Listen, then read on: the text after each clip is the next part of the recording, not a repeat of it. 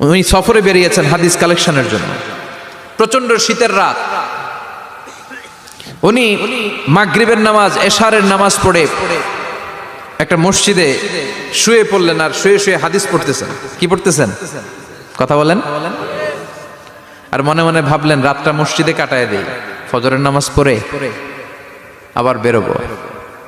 কিন্তু দারোয়ান এসে বলে মসজিদে থাকতে পারবেন না, ওঠেন। দারোয়ান আছে না? কথা কন। আহমদ ইবনে হাম্বল বললেন আমি শুধু রাতটা থাকতে চাই, আমি তো ফজরেরও মুসল্লি, ফজর নামাজ পড়বো তো এই মসজিদে, আমার থাকতে দাও। দারোয়ান তো দেয় না, কেন? মসজিদে থাকার জায়গা না, জান মিয়া। উনি যে আহমদ ইবনে হাম্বল এটা চিনে নাই, থাকতে দেয় না। কি করবে এখন? উনি কাঁথা গুছিয়ে হাদিসের কিতাব নিয়ে কাঁধের মধ্যে ব্যাগ নিয়ে মসজিদ থেকে বেরোয় গেলেন। কি আর করবেন, প্রচন্ড শীত, আর কাঁপতেছেন, বুড়ো মানুষ। পথিমধ্যে দেখলেন বাজার। বাজার একজন খাব্বাজ, শাবুন খাব্বাজ, যুবক রুটি বিক্রেতা। সে রুটি বিক্রি করে, চুলার মধ্যে রুটি সেকে। সে যে সালাম দিল আসসালামু আলাইকুম, যুবক বলে ওয়ালাইকুম আসসালাম। আহমদ ইবনে হাম্বল বলে যুবক আমার যাওয়ার জায়গা নেই, সফরে বেরিয়েছি, খুব শীতে কষ্ট পাচ্ছি, রাতে যদি তোমার এই চুলা থেকে একটু আগুন পোহাই কোনো সমস্যা? যুবক বলে না না সমস্যা না, আহলান ওয়া সাহলান, খোশ আমদেদ, আসেন আসেন, আপনি আগুন পোহাইলে আমার সমস্যা কি? সুবহানাল্লাহ পড়েন। আল্লাহ শুকরিয়া করে উনি বসলেন আর আগুন পোহাচ্ছেন। আর খেয়াল করলেন যুবক রুটি বানায় আর পরে আস্তাগফিরুল্লাহ, রুটির দলা বানায় পরে আস্তাগফিরুল্লাহ, খামির বানায় আর পরে আস্তাগফিরুল্লাহ, রুটি নিয়ে উনুনের ভিতরে চুলার ভিতরে সেকা দেয় আর পরে আস্তাগফিরুল্লাহ। দোকানদারের কাছে কেউ আসলেই সে রুটি দেয় আর পরে আস্তাগফিরুল্লাহ। ক্রেতার কাছ থেকে টাকা নিয়ে ক্যাশ বক্সে রাখে আর কি পড়ে, আবার রুটি বানানো শুরু করে আর কি পড়ে, খালি এইটাই পড়তেছে। ইমাম আহমদ ইবনে হাম্বল তো অবাক, কিরে এটা আবার কেমন যুবক, খালি আস্তাগফিরুল্লাহ। উনি প্রশ্ন করলেন যুবক ঘটনা কি? আসার পর থেকেই তোমার দেখতেছি তুমি রুটি বানাও, রুটি বিক্রি করো আর পড়ো আস্তাগফিরুল্লাহ, মালাকা ইয়া শাবাব। যুবক বলে আস্তাগফিরুল্লাহ আমার সবচেয়ে বেশি পছন্দের আমল, আমি সব সময় আঠার মতো ইস্তেগফারের সাথে লেগে থাকি আর সব সময় পড়তে থাকি আস্তাগফিরুল্লাহ, আর এর বদৌলতে আল্লাহ আমারে মুস্তাজাবুদ দাওয়া বানিয়ে দিয়েছে। আহমদ ইবনে হাম্বল তো অবাক, আনতা মুস্তাজাবুদ দাওয়া, তুমি মুস্তাজাবুদ দাওয়া, রুটিওয়ালা। আমি এত বছর হাদিস পড়াই, আমিও তো মুস্তাজাবুদ দাওয়া না, আর তুমি রুটি বেচো বাজারে, তুমি মুস্তাজাবুদ দাওয়া, তুমি দোয়া করলেই সব কবুল হয়ে যায়। যুবক বলে নাম আনা মুস্তাজাবুদ দাওয়া, আমি আমার জীবনে যত দোয়া করেছি কবুল করে নিয়েছে কে? সব দোয়া কবুল করে নিয়েছে আল্লাহ, একটা দোয়া ছাড়া। কয়টা? আহমদ ইবনে হাম্বলের কৌতূহল, কিউরিসিটি আরো বেড়ে গেল। কি? সব দোয়া কবুল হয়েছে একটা দোয়া ছাড়া। মাযালিকা দোয়া ইয়া শাব, কি সেই দোয়া? যুবক এবার বলতে শুরু করলো আমার জীবনে যে দোয়াটা আল্লাহ কবুল করে নাই সেটা হচ্ছে আমি আল্লাহর কাছে অনেক চেয়েছি, অনেক দোয়া করেছি যে আল্লাহ শুনেছি এই জামানার সবচেয়ে বড় মুহাদ্দিস, তার নাম নাকি ইমাম আহমদ ইবনে হাম্বল। আল্লাহ তোমার কাছে আমার চাওয়া আমি যেন এই ইমাম আহমদ ইবনে হাম্বলরে দেখে মরতে পারি, আমি যেন ইমাম আহমদ ইবনে হাম্বলের হাতে হাত রেখে মুসাফা করতে পারি আর তার কপালে একটা চুমু এঁকে দিতে পারি।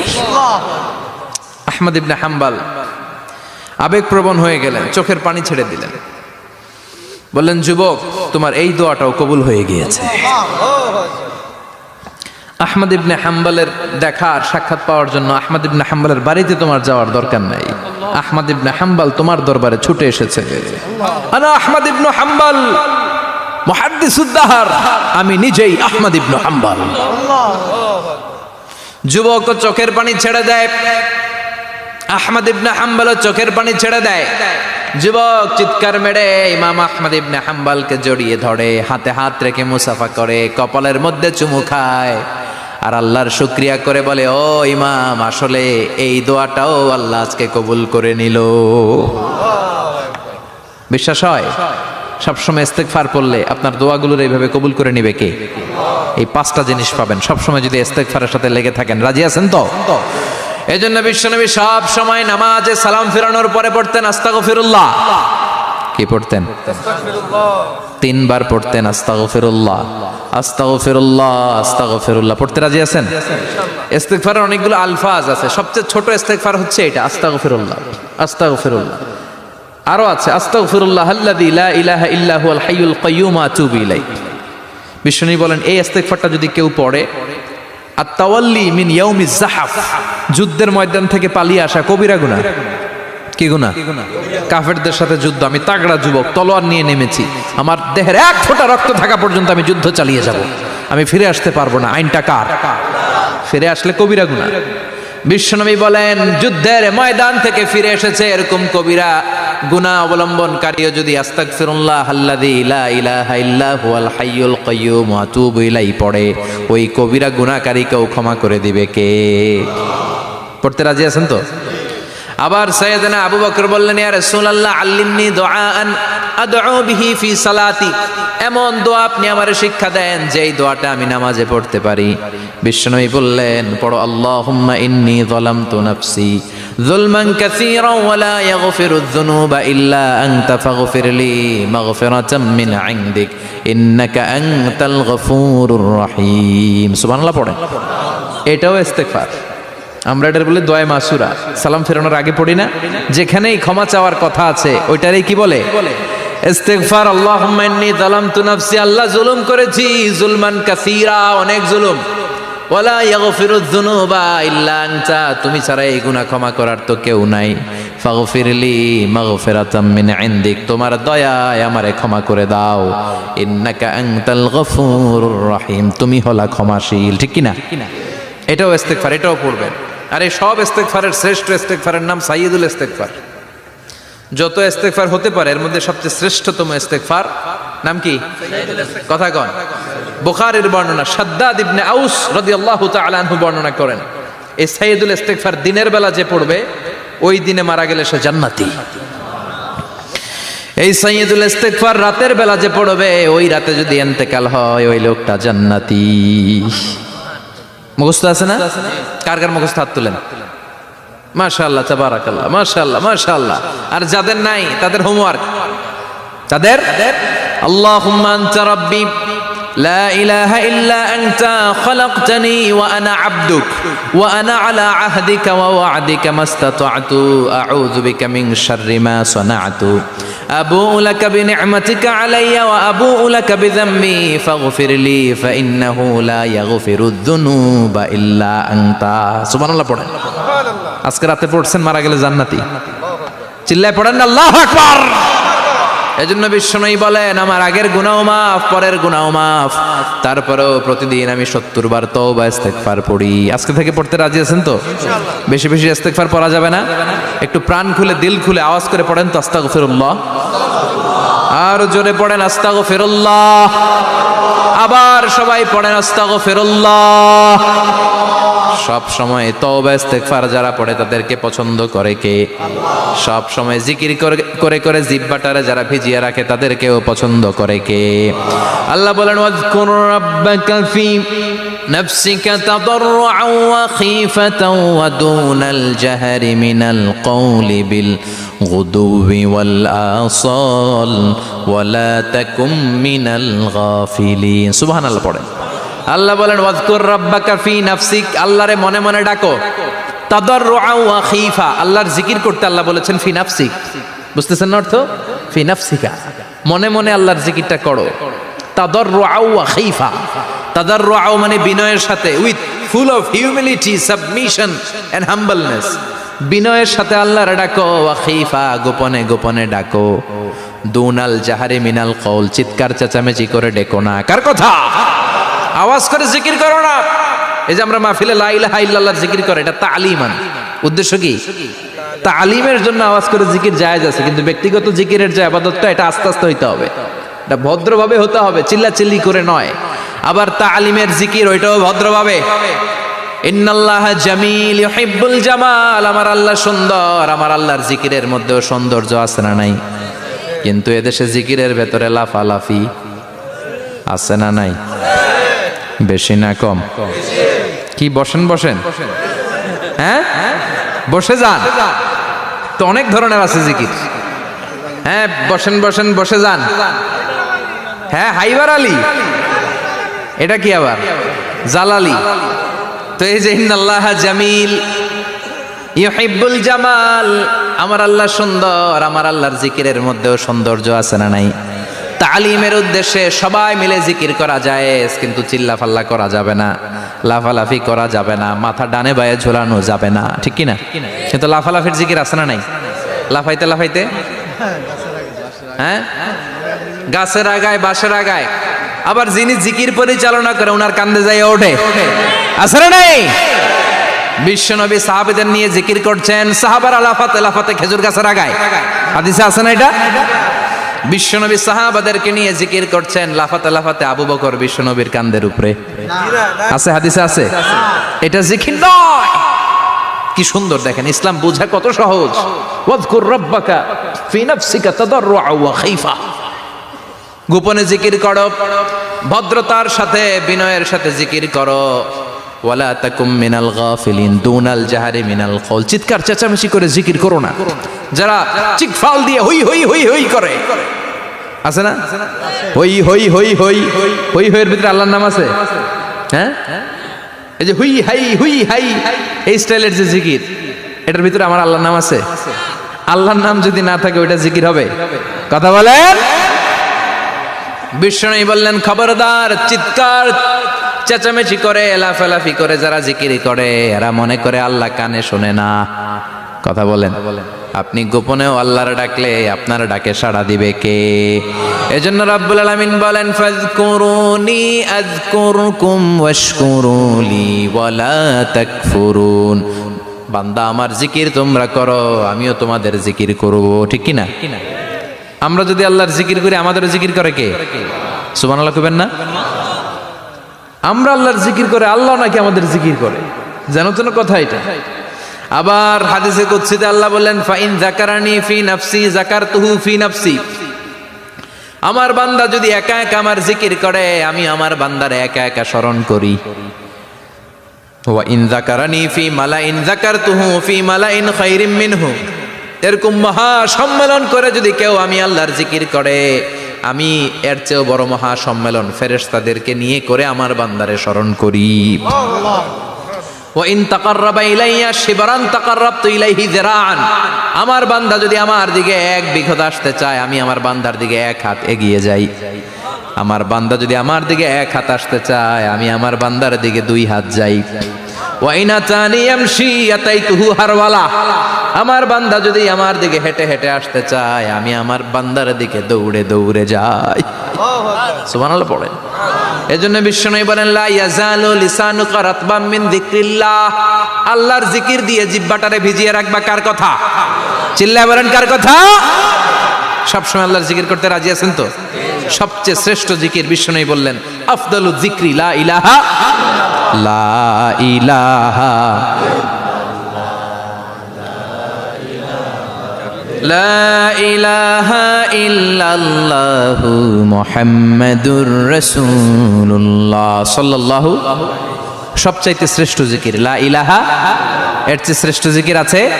কথা বলেন। বিশ্বনবী বললেন, মান ক্বালা লা ইলাহা ইল্লাল্লাহ সিদকান মিন কলবিহি। একনিষ্ঠতার সাথে অন্তর থেকে কেউ যদি জীবনে একবার বলে লা ইলাহা ইল্লাল্লাহ, দাখালাল জান্নাহ। তার যদি পাপ থাকে, অন্যায় থাকে, ওই পাপ আর অন্যায়ের শাস্তিগুলার পরে কোনো না কোনো দিন আমার ওই বান্দা জান্নাতে ঢুকবে। একবার যদি খালিসান মিন কলবিহি সে পড়ে লা ইলাহা ইল্লাল্লাহ, তার জন্য জান্নাতকে অবধারিত করে দিয়েছে কে? আবার এটার নাম আল্লাহ দিয়েছে কালিমায়ে। কথা বলেন। দরাবাল্লাহু মাসালান কালিমাতান তাইয়িবাতান কাশাজারাতিন তাইয়িবাতিন আসলুহা সাবিতুন ওয়া ফারউহা ফিস সামা। সুবহানাল্লাহ। পবিত্র বাণী এটা কালিমায়ে তাইয়িবা। আবু সাঈদ আল খুদরি থেকে বর্ণিত, মুস্তাদরেকে হাকিম আর সহিহ ইবনে হিব্বানে এসেছে। বিশ্বনবী বলেন, মুসা আলাইহিস সালাম আল্লাহর একবার প্রশ্ন করলেন, ইয়া রাব আল্লিমনি দুআন আদউ বিহি। আপনি আমার এমন একটা জিকির শিক্ষা দেন যে জিকির দিয়ে আমি শুধু আপনার জিকির করব, কেউ এই জিকির করতে পারবে না। এই জিকির জানবো শুধু আমি আর জানবেন। কথা কোন? প্রশ্ন করছে কে? হ্যাঁ, কাকে করেছে?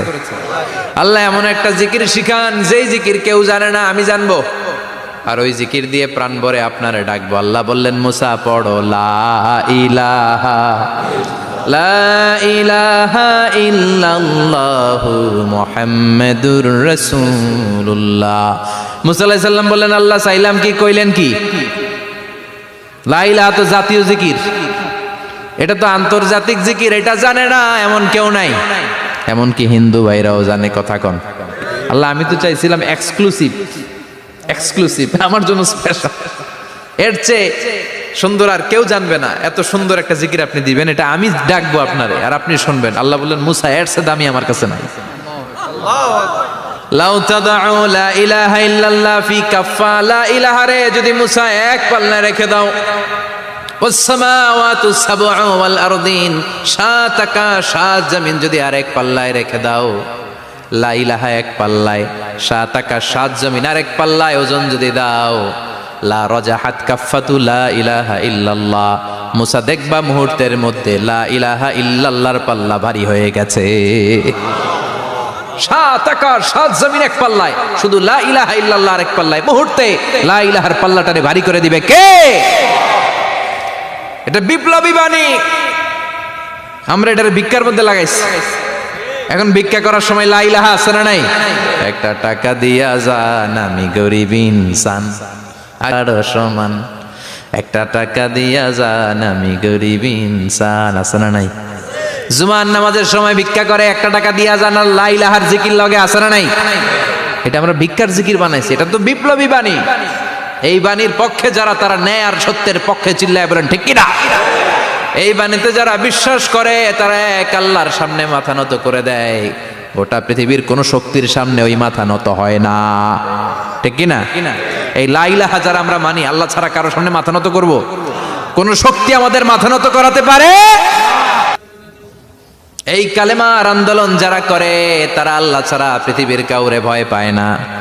আর তারা চায় কালেমার পতাকা পৃথিবীর মধ্যে যেন পথ করে উড়ে, ঠিক কিনা? বাংলার জমিনে কালেমার পতাকা উড়ুক, আমরা চাই কি চাই না? কোনো একদিন এ দেশের আকাশে কালিমার পতাকা উড়বে, সেদিন সবাই খোদাই বিধান পে দুঃখ বেদনা ভুলবে। কোনো একদিন এ দেশের আকাশে কালিমার পতাকা উড়বে, সেদিন সবাই খোদাই বিধান পে দুঃখ বেদনা ভুলবে। চিৎকার করে বলেন ঠিক কিনা? এই কালেমার সমাজ যদি হয়, ওই সমাজে কেউ লাঞ্ছিত হবে না, ওই সমাজে কোনো নারী নিগৃহীতা হবে না, ওই সমাজের কোনো কাজের মেয়েরা ধর্ষিত হবে না, ওই সমাজে দুর্নীতি থাকবে না, ঘুষ থাকবে না, চাঁদাবাজি থাকবে না, টেন্ডারবাজি থাকবে না। সমাজটারে শান্তি দিয়ে সমৃদ্ধ করে দিবে কে? এজন্য সব সময় জিকির করতে হবে একজনের, চিল্লায় বলেন তিনি কে? শ্রেষ্ঠ জিকির হচ্ছে লা ইলাহা। করতে রাজি আছেন? সব সময় জিকিরটা করতে রাজি আছেন? Every night and every day, every night and every day, never forget to say la ilaha illallah, never forget to say la ilaha illallah. পড়েন, every night and every day, every night and every day, never forget to say la ilaha illallah, never forget to say la ilaha illallah, never forget to say la ilaha illallah. When you're walking down the street, use your time and repeat and say in every heartbeat la ilaha illallah.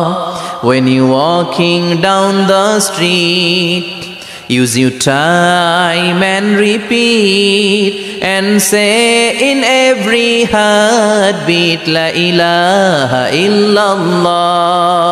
Every night and every day, every night and every day, never forget to say La ilaha illallah. চিল্লায় বলেন ঠিক কিনা?